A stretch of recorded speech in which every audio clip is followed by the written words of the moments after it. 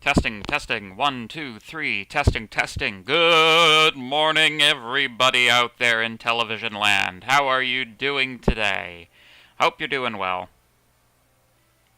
Today, we'll be doing a new topic, which is very exciting, but it's also a little bit confusing, so we're going to try to explain it in the least confusing manner possible. Lord knows if we'll succeed, though. Okay, good, that seems alright. Am I clipping today? Hello, hello. I am clipping a little bit, or I'll turn it down a little bit. Hello, hello, hello, hello, hello. Testing. There we go. Alright, you want to try to stay out of the red bar as much as possible. That's why it's red. Anyway. Good. Nathan is not bad, so you know that it's going to be a good week. So, excellent. I think that I don't have any announcements or anything to talk to you guys about. Hopefully you're all aware that there's a test coming up on Saturday. It will be in the same vein as the test that we had the last time, by which I mean the manner in which the test is going to be administered is going to be precisely the same. You'll have the same amount of time. It'll start at 9 a.m. on the Saturday, and you have to have your submission submitted by 9 a.m. the following day. That being said, there's no restriction on the amount of time that you spend on the test within that 24-hour period. The test will be distributed through all of the usual channels, and it's a bit more challenging than the first test, but you might expect that because the material itself is a bit more challenging than the material that the first test was based on. Because for the first test, what's the first test on? It's on Python. That's true. The first test, we only really had like up to loops that was testable, but now we've got data structures as well. I will go out on a limb and indicate to you. Well, let's talk about like rough coverage of the test before we talk about anything more specific. So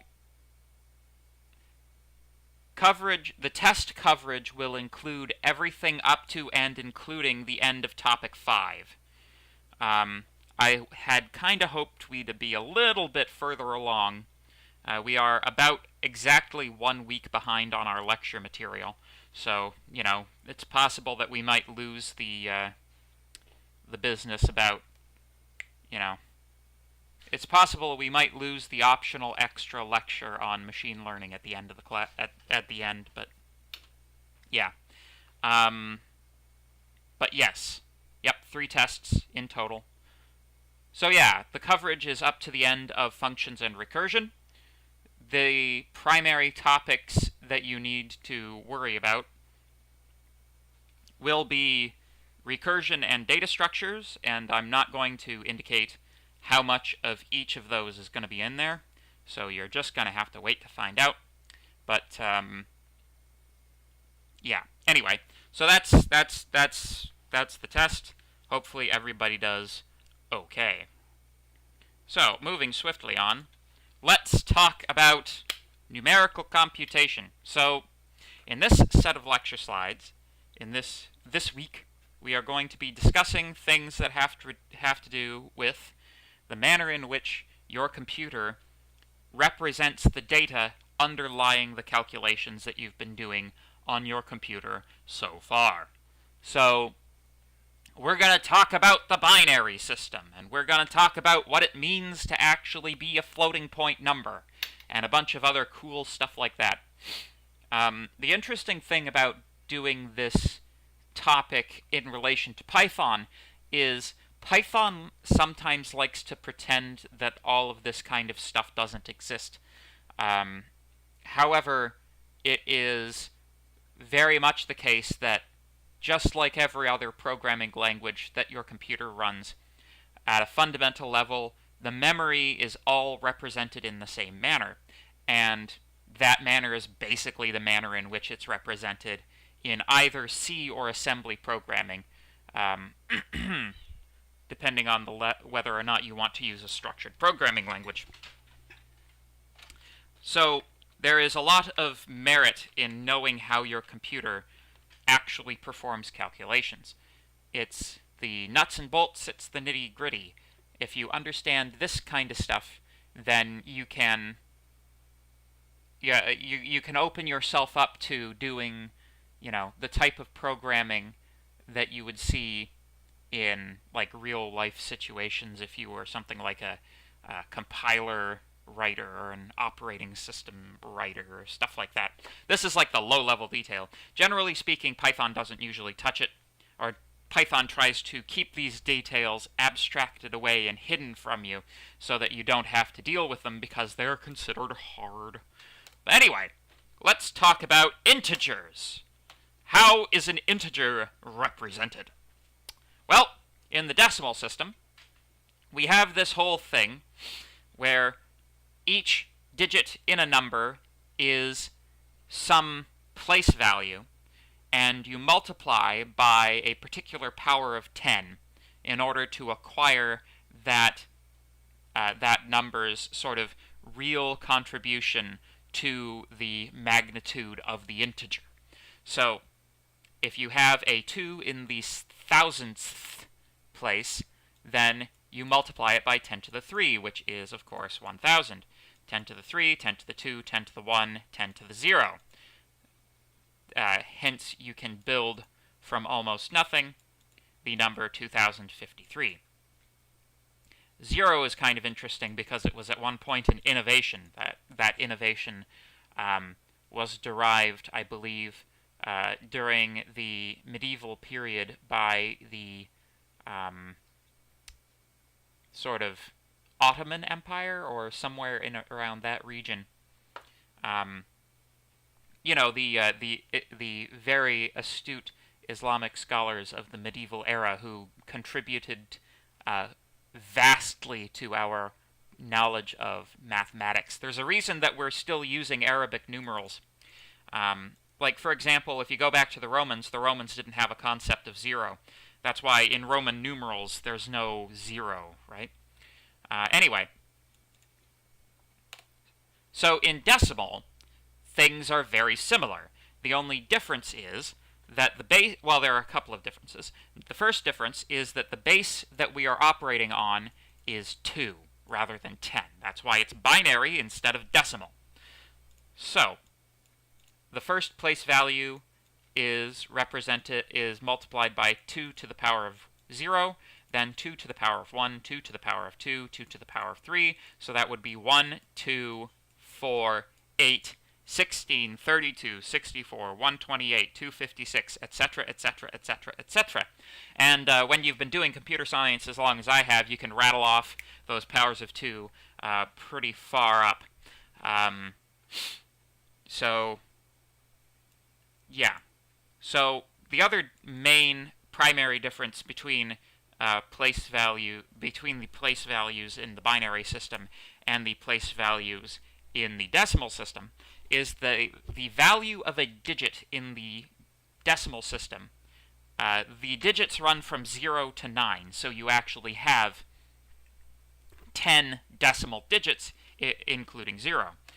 In the binary system, you have only 2 binary digits. You have 0 and you have 1. As, you might imagine would be the case.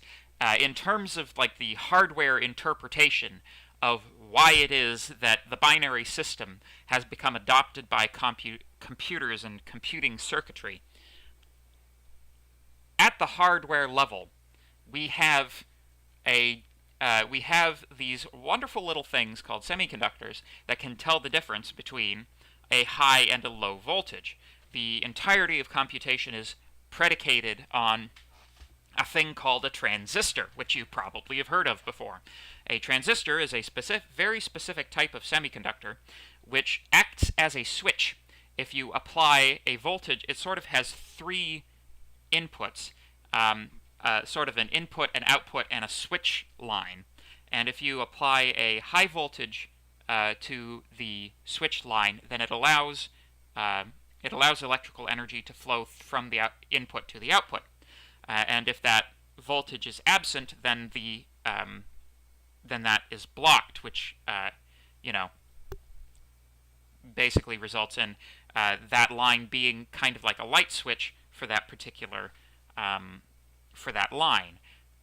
That's all you need, as it turns out, to build all of the computing machines that we have currently, is the ability to have an electronic switch. And because it's made out of semiconductors, it's extremely miniaturizable. The transistors we're working with these days are sort of on the nanoscale, I believe. So anyway, so the reason that it's 1 and 0 is because 1 is a high voltage and 0 is a low voltage. So we use the binary system because inside of your computer itself, we represent high and low voltages. It's not necessarily this didn't have to be the case historically. There is sort of an alternate timeline where computers operate on analog voltages. So the computer would not just read high or low; it could read, multiple values in between the high and low voltage. However, it turned out that binary was, like, the simplicity of the binary system allowed computers to be miniaturizable in a way that analog computers just couldn't be, or at the very least, we reached miniaturization faster with the binary system than with analog electronics. Therefore, they sort of exploded in popularity, and like the more popular they were, the more popularity they attained. Right? The more that the binary system is used, the more people are researching on making it better, and it just explodes in its power. And we are in the position where we are now, where basically there's, except for like very, very specific like physics transducer applications, there's almost no analog computation that occurs. There is some, but it's not very used very much. I'm going to see if there are any questions. Boop.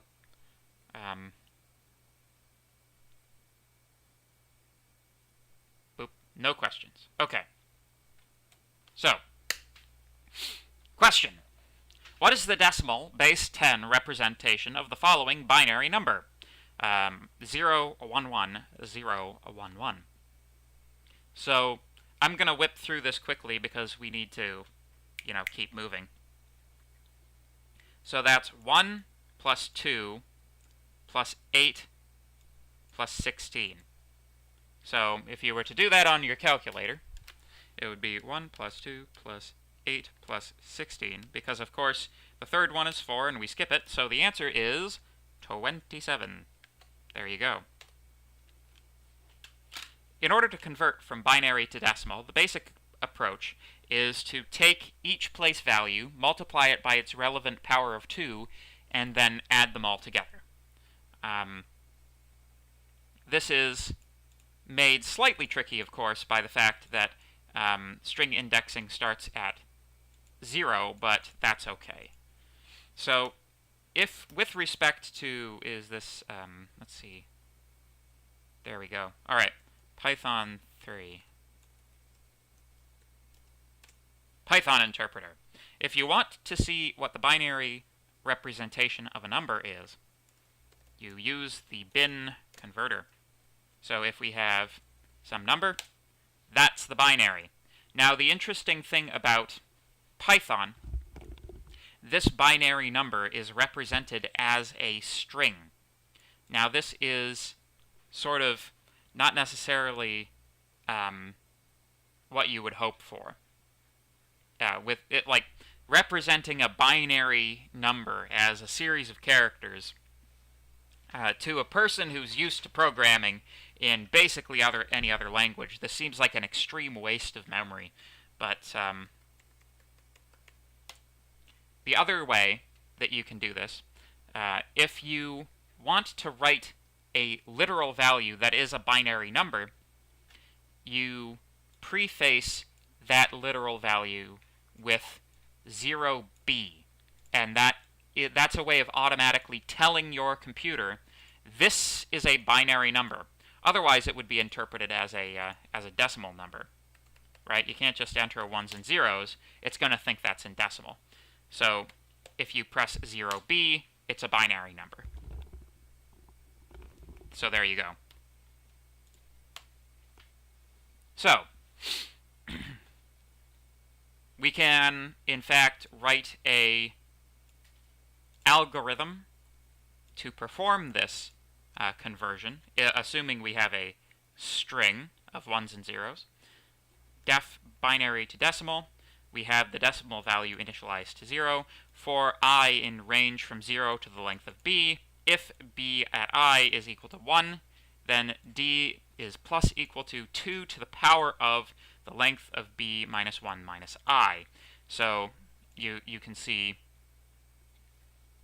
that's assuming that the numbers at the beginning of the string of binary digits are the big ones. So this is there's a concept in computation which is not really much talked about anymore, but it sort of dates back historically to before a lot of these sort of conventions were set in stone. But you have the concept of big versus little endian. So in a big endian representation, that means that you have the biggest numbers, the biggest binary digits come first. Little endian representation would be the opposite of that, with the smallest ones coming first, and then they get bigger as you go along. Generally speaking, you should always default to big endian unless it is stated otherwise, but, you know, it's only very rarely going to be stated otherwise, and only if you're doing something, some bit-whacking application, like embedded systems development or something like that. So, anyway, incidentally, the term big endian and little endian derives from Gulliver's Travels, the 17th century satirical travel novel, where Gulliver travels to the land of the Lilliputians, where he is a very large person because all of the people are like about that tall, and these people are having a dispute with the neighboring kingdom over which end of the egg it is correct to break in order to obtain breakfast. And you have the big endians who believe you should start at the big end, and the little endians who believe you should start at the little end. And they fight wars over this. And that's a satirical comment on how silly the basis for some wars can be. Anyway, questions. Do we always require logic gates for transistors? So, logic gates are composed of transistors, not the other way around. The logic, like an AND gate, is composed, I think, of about 7 or 8 transistors that have been hooked up together. So there you go. So, converting from binary to decimal. Starting with the leftmost digit, the accumulator is multiplied by the base, and the next digit is added. So this is Horner's rule. This is a slight variation of the same formula. You can imagine all of these multiplications by powers of 2. If you conceptualize it, you can actually factor out subsequent powers of 2. It's kind of like add and move over and add and move over. It's from a bit perspective, this is kind of like adding something in the ones place and then left shifting. We might get into bitwise a little bit. Anyway, if you wish to convert from decimal to binary, this is your procedure. You will start with computing the modulus. Compute the modulus of the of whatever number you're converting by 2. This will tell you what the state of the the smallest bit in that number is. So, for example, we know that the binary number 1100 is 12. If we take the modulus of 12, that's 0. That shows us what this last bit is. Similarly, if we take the binary number 13 and we take the modulus of 13, you can see that that is exposing the final bit. So, once you have exposed the final bit, you can take that number and divide it by 2, integer divide it by 2, so you don't get any remainder, and that gives you the rest of the number. There you go. So you can see, if you wish to extract out the binary representation without using such fancy and arcane practices as the actual binary conversion operator, then this is one feasible mechanism to do it.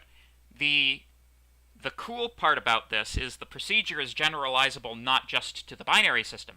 You can actually perform either of these procedures. You can perform these procedures on any base system by replacing the 2 with the base value of whatever number system you're trying to convert in or out of. So there are, for example, a few instances in the upcoming assignment material, I believe, where you will be faced with the problem of converting to and from base systems that are neither binary, octal, hexadecimal, nor decimal, those being the 4 that are sort of primarily used. This is the procedure that you would use for converting to other base systems. You just have to replace the 2 for whatever base that you want to do. Like, for example, if you wanted to do base 17, you would just replace the 2 with a 17. So there you go. Question: what is the binary representation of the following base 10 number? 41.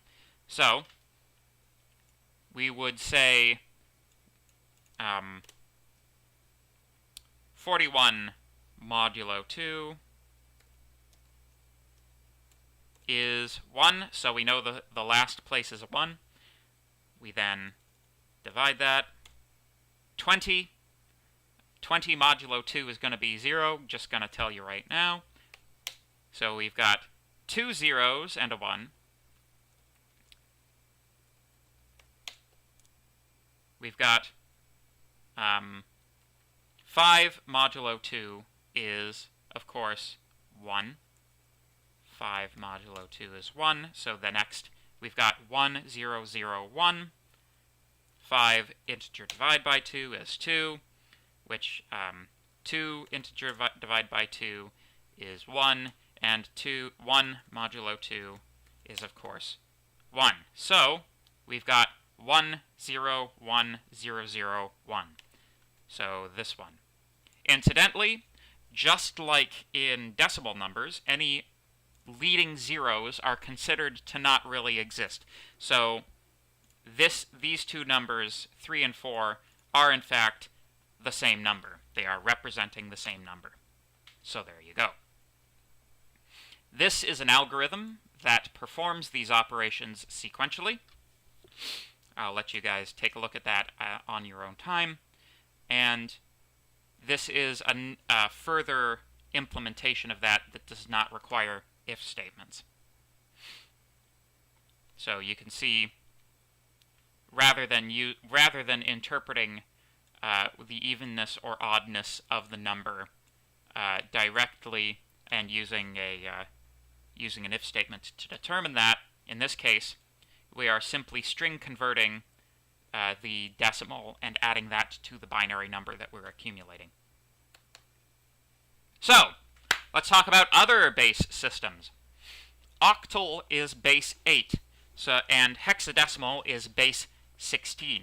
The reason that we use octal and hexadecimal is that octal is representing a group of 3 bits, and hexadecimal represents a group of 4 bits. It turns out that this is a very convenient thing to be able to do.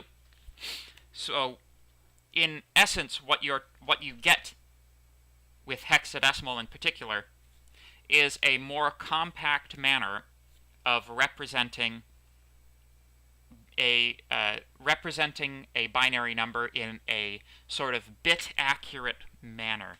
So the problem with decimal is that a single decimal digit must be represented by up to four binary digits. So if we have 9, which is the maximum decimal, the largest decimal digit, that must be represented by 4 binary digits. However, you have all of this space left over, which does not correspond to a single decimal digit. There's sort of a mismatch. However, with a hexadecimal number, the maximum hexadecimal digit is equal to the maximum value of 4 binary digits. So the way that you represent a hexadecimal literal is 0x. So if we represent, if we have FF, which is, I should explain first. So in hexadecimal, the digits above 9 are represented by A, B, C, D, E, and F. So A is 10, B is 11, C is 12, D is 13, E is 14, and F is 15.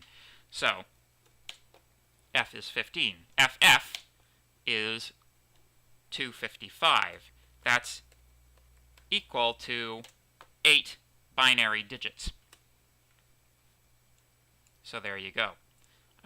Again, conversions will operate in much the same manner as with binary system, just with the base swapped. So, good. And with octal, it's, I forget if this is how you do it. Yeah, okay. Yes. So octal numbers are 0, 0. That's your prefix for octal literals. And of course, if you wish to represent these things as hexadecimal numbers, you use the hex and oct conversion functions like so. Again, this is strings, but whatever. Yeah. So, anyway, questions?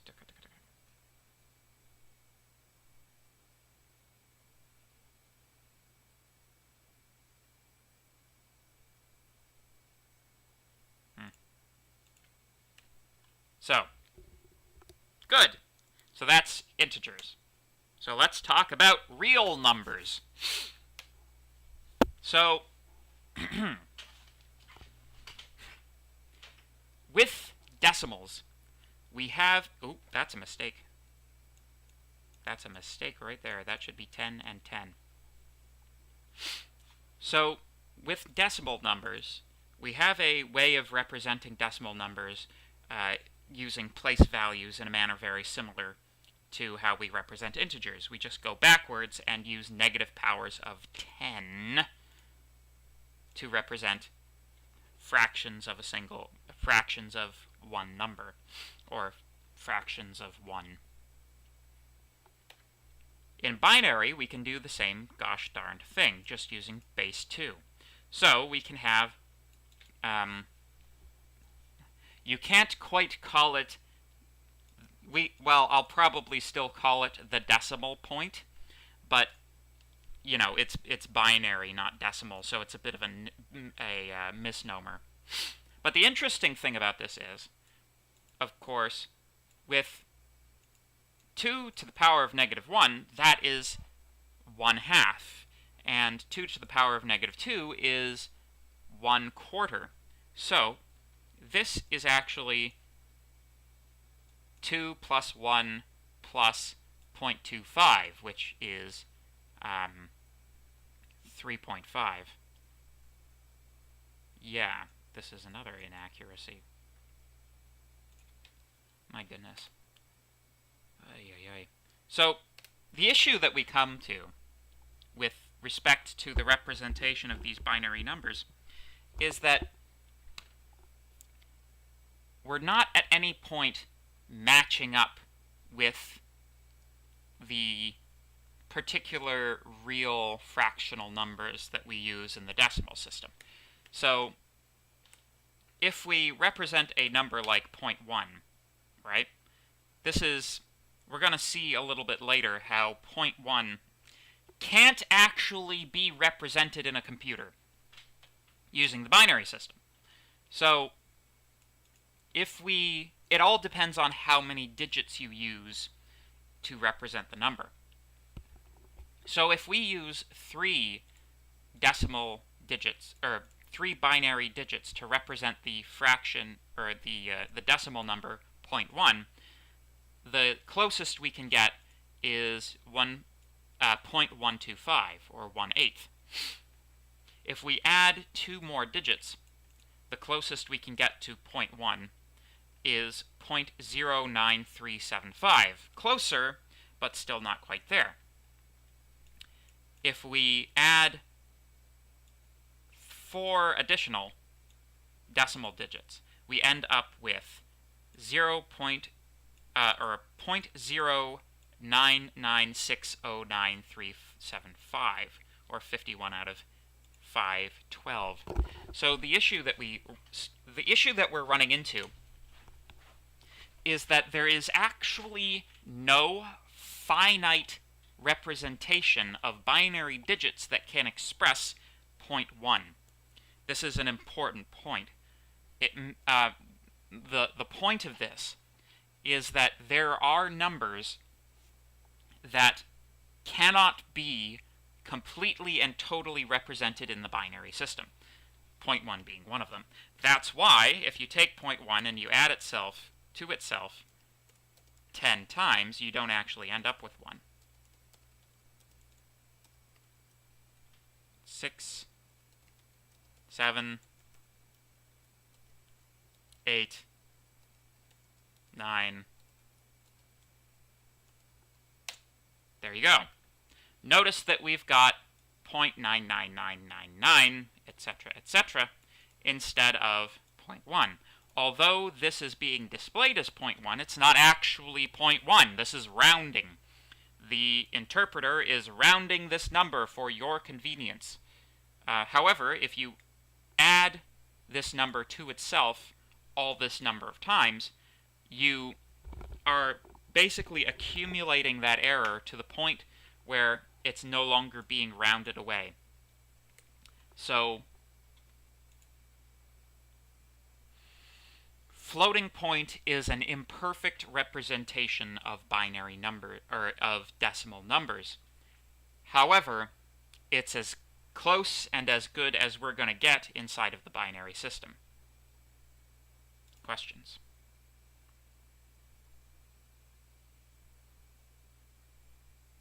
How do you store decimal 10 using big endian? Easy. Binary 0000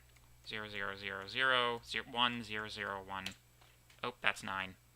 So it's, there you go. That's 10.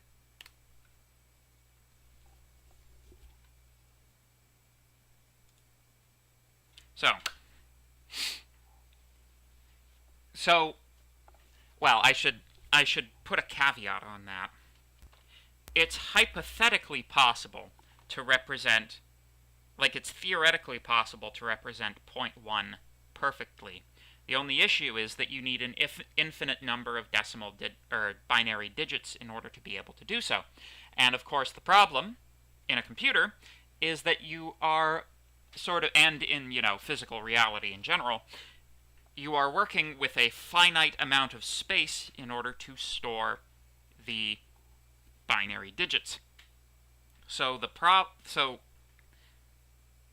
essentially, we have to draw the line somewhere, and it seems convenient to be able to draw the line, in such a manner that the number that you end up with is still within the same sort of range of number of bits used as most other data that you would be dealing with inside of a computing context. So we cap the size of one of these little guys at 64 bits, which, if you're using a 64-bit computer, which most people are these days, that means that we are capping the size of a floating point number at the word size of the computer itself. Now, this didn't necessarily have to be the case historically. Historically speaking, floating point operations were considered extremely expensive and long and sort of computationally expensive in order to perform, because floating point number was perhaps much larger than the word size of the system that you were running on. This is why early computing machine, such as the Nintendo Entertainment System, used primarily there's not much use of floating point numbers inside of a Nintendo game, an old Nintendo game, because floating point operations were extremely hardware intensive. That's why everything is sort of, very that contributes greatly to the sort of old video game aesthetic, is because they didn't have floating point numbers. Floating point numbers, you don't really see those in video games until you hit the N64 sort of era, where things like Mario's momentum in Super Mario 64 would be represented by a floating point number. The input from your analog sticks into the video game, that is represented as some fraction between 0 and 1 as a floating point number. But N64, the word size of the N64 was 64 bits. That's why those sorts of calculations suddenly become feasible. Whereas, if you go earlier than that to the Super Nintendo and the original Nintendo, you're basically working in integers almost exclusively. Anyway, so it really depends on what the... This shouldn't come necessarily as a surprise to you, because there are certainly fractions that have non-terminating representations in the decimal system. If you think about the number 1/3, this is sort of a famous grade school example. 1/3 cannot be represented in the decimal system without an infinitely repeating series of 3s. So 1/10 can't be represented in binary without an infinitely long series of repeating binary digits. So, question: which of 3/4 and 1/3 have finite binary representation? The answer is only 3/4. You can always tell this by whether or not the denominator is a power of 2. If the denominator is a power of 2, it has finite binary representation. There you go. Questions? You're confused about what bits mean. There seem to be some questions. How do we store decimal 10 using big ND? Oh, I answered that one. In Civ, there's a storage error for Gandhi. Yeah, that's kind of funny. This is... so, in the Civilization games, Civilization is a video game where you try to build up, like, a civilization from, like, the Stone Age all the way to the Space Age. And each civilization leader has, like, various stats about the manner in which they operate in the game. One of the big ones is how warlike they are, how aggressive they are militarily. So the leader that was they programmed in the game, the leader with the lowest aggressiveness was Gandhi, which makes a certain degree of historical sense. So they had like a very low aggressiveness score. But the thing about that game was that certain things would modify that aggressiveness score, like, diplomatic things, like, have you declared war on them recently?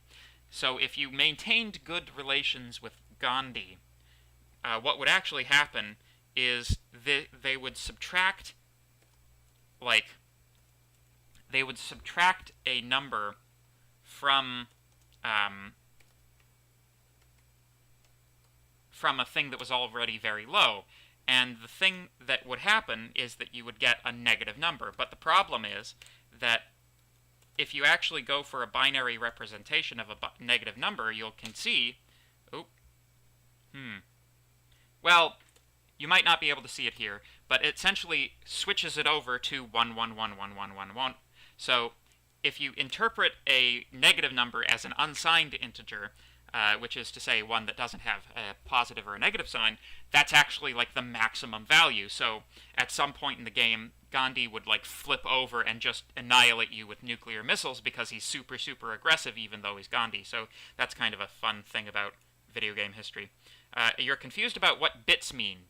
A bit is a 1 or a 0 is the elementary operational sort of number of a computer system. All of that business I was talking about with transistors, bits are the things that the computer uses.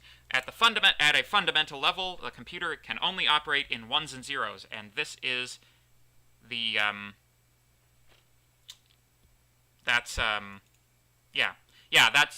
that thing that I just described with Gandhi is called overflow, or underflow in this case. Anyway. Yes. Anyway, good. Good. So, representing real numbers in Python. If we have 3 quarters, right? The binary representation of that, I don't know if this is going to work, but nope. Okay. They're not interested in interpreting. We're going to have to get a little further before we can actually show these. So 3 quarters has a base 2 representation that's finite, but 1/3 does not.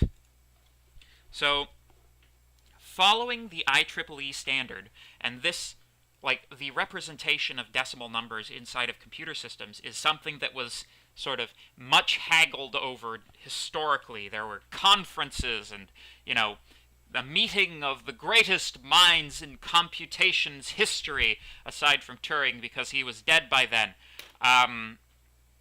They all had this huge conference where they developed and decided this is how many digits binary digits we shall use to represent these numbers. This, I believe, occurred either in the late 70s or early 80s, and from that point going forward, if you are a person who manufactures computers, then you are using the IEEE standard on how to represent floating point numbers. If you are not, then your computer is not compatible with the rest of humanity's computer, and that is going to be a problem for you. Even something like your calculator represents floating point numbers in this manner, and you can you can reveal that to be the case if you're clever about it. Maybe I can do this 4, 5, 6, 7. I'm going to try the 0.1 trick. 1, 2, 3, 4, 5, 6, 7, 8, 9, 10. No. Okay, so it works in the calculator. The calculator, your Casio, holds more precision than Python does, but that's okay. Either that or it's actually rounding it. But anyway, so if you wish... anyway, the floating point standard uses 52 binary digits in order to represent these fractional numbers. That equates to about 16 decimal digits. Standard output, which is what we've been using here, only gives you the first 16 decimal digits, even if the conversion from binary results in more digits. Only an approximate value is printed. So, if we wish to see this, we type format 1/3, or let's say 3/4, just for fun, point 60. F, this formats it as a floating point number with 60 decimal places. So you can see we've got 0.75000, etc. However, if we do one of these non-repeating, or one of these numbers that requires an infinite series of binary digits, you can see that we've got 3s all the way up to a certain point, and after that we kind of get random garbage, and after that it sort of stops at a certain point. These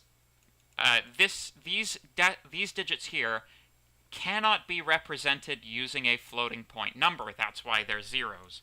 So if you take another example of 0.1, you can see it's 0.1 up to a certain point, but past that point we get another one of these long series of digits. So there you go. This is what 0.1 is actually represented by in the computer. And generally speaking, we refer to this sort of garbage bit at the end as floating point error.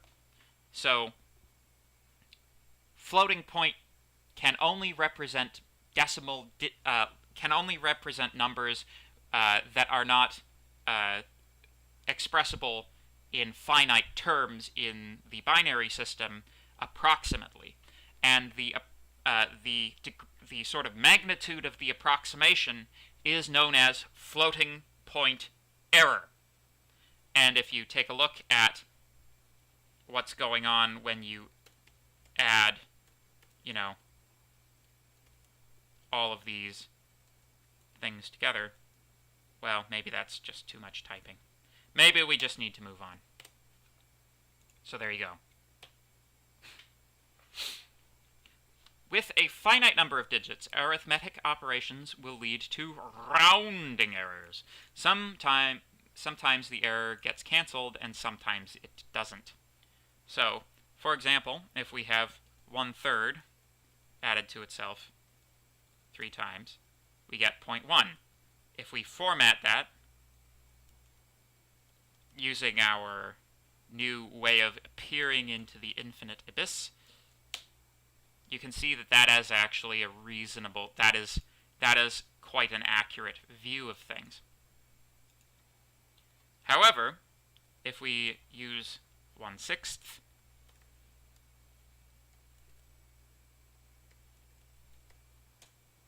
you can see that that does not happen. We are still ending up with a very, very close but not quite representation. So why am I telling you all this? Why does it matter that floating point numbers aren't quite exactly what you might think they are? And the answer to that is equality comparison does not work reliably on floating point numbers. This is a very, very important point. It's so important that, like, I cannot stress sufficiently the importance of this point. You should never, ever, ever, ever, ever, ever, ever, ever, ever, ever use equality comparison over floating point numbers. Ever. Don't do it. It's bad, and you're a bad person if you do it. Well, maybe not that much, but yeah. So if you are comparing two floating point numbers, so if, for example, you wanted to see if 1/3 plus 1/3 plus 1/3 is equal to 1.0, that comes out true. However, if you try for the same thing with 1/6,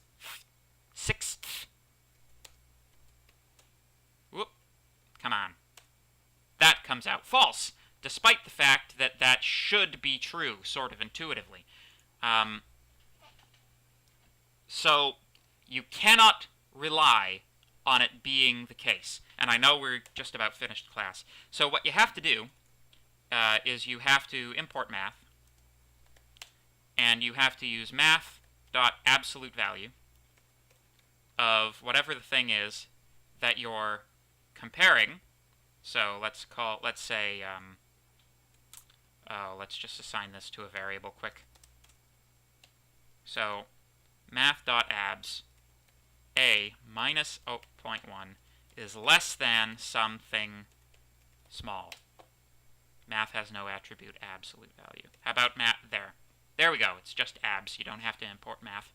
So the absolute value of a minus the thing. So instead of directly comparisizing these things using equality, you should subtract one from the other, take the absolute value, and check to make sure that that's smaller than some epsilon.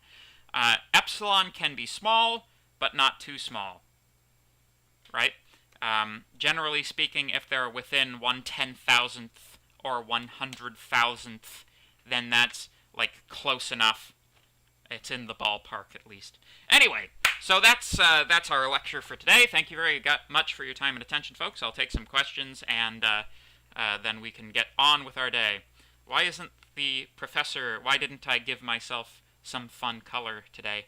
No, I did. I've normalized my skin tone in order to, make it something closer to what a human has. Normally, I'm actually like bright lime green. But there you go. So, is C more accurate than Python when it comes to floating points and stuff? No.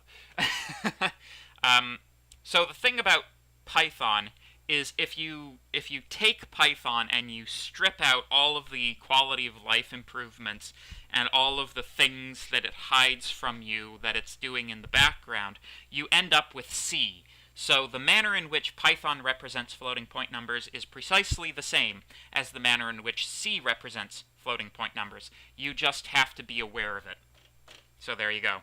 And it's interesting because Python is kind of selective about the things that it improves with respect to the C and the things that it doesn't improve with respect to C. So if you know how to program in C, you can actually program in Python really efficiently. Like, this business where you're displaying the 60 floating point numbers, this is actually straight out of C. This is a thing that I'm actually covering in C this week in class, is how to format numbers using these types of format specifiers in C. But, there you go. Why were all the headings in all caps this time? You'll have to ask. Basically because I, over the summer semester, I set as a task to one of the TAs, or two of the TAs actually, but they were both working a half TA. Basically, the enrollment for the summer class was expanded to the point where I got an extra TA allocated to me, but that ended up being 2 half TAs, so I was like, well, the slides need to be updated. So I threw that to them I threw that at them as a thing that they could do for money, and it turned out that, they didn't perhaps proofread things, and I might have to go back in and redo some of the work that they did, which is very frustrating, but, that's what you get, I guess. If you want something done, you have to do it yourself. So yeah, anyway, so hopefully you guys learned a little bit about computers today. Thank you very much for your time and attention. I'll see you next tomorrow. Words speaking.